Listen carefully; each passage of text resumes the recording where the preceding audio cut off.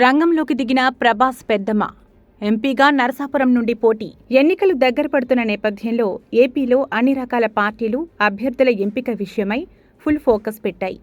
దీనిలో భాగంగా Narasapuram parliament ticket కోసం ఎవరిని ఎంపిక చేయాలా అంటూ ఆసక్తికరంగా చర్చలు కొనసాగుతున్నట్లు తెలుస్తోంది. గత ఎన్నికల్లో ఇక్కడి నుండి పోటీ చేసిన వైసీపీ అభ్యర్థి రఘురామకృష్ణంరాజు విజయాన్ని సొంతం చేసుకున్నాడు. అయితే కొన్ని రోజులకే ఆయన పార్టీని విభేదించి సీఎం జగన్పై విమర్శలు చేస్తూ ఉన్నారు.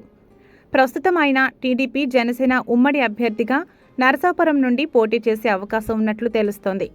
ఈసారి నరసాపురం నుండి వైసీపీ టికెట్ ఎవరికి దక్కుతుందని చర్చ ఆసక్తికరంగా మారుతుంది. ప్రముఖ యువ హీరో ప్రభాస్ పెద్దమ్మ శ్యామలాదేవి వైసీపీ టికెట్ రేసులో రంగంలోకి దిగుతున్నట్లుగా వార్తలు వస్తున్నాయి. ఇదే స్థానం నుంచి ఆమె భర్త రెబల్ స్టార్ కృష్ణంరాజు 1999లో ఎంపీగా గెలుపొందారు. వీరి ఫ్యామిలీకి ఆ ఏరియాలో మంచి పేరు ఉండటంతో పాటు ప్రస్తుతం ప్రభాస్కు కూడా మంచి ఫాలోయింగ్ ఉండటం వలన అదనపు బలం ఆమెకు చేకూరుతుందని భావిస్తున్నారు. అయితే ఈమె ఏ పార్టీ నుండి పోటీ చేస్తారో అన్నది ఇంకా క్లారిటీ రాలేదు. వీరితో పాటు వైసీపీ టికెట్ రేసులో గోకరాజు గంగరాజు కుమారుడు గోకరాజు వెంకట కనకరంగరాజు కూడా టికెట్ రేసులో ఉన్నట్లు ప్రచారం జరుగుతోంది.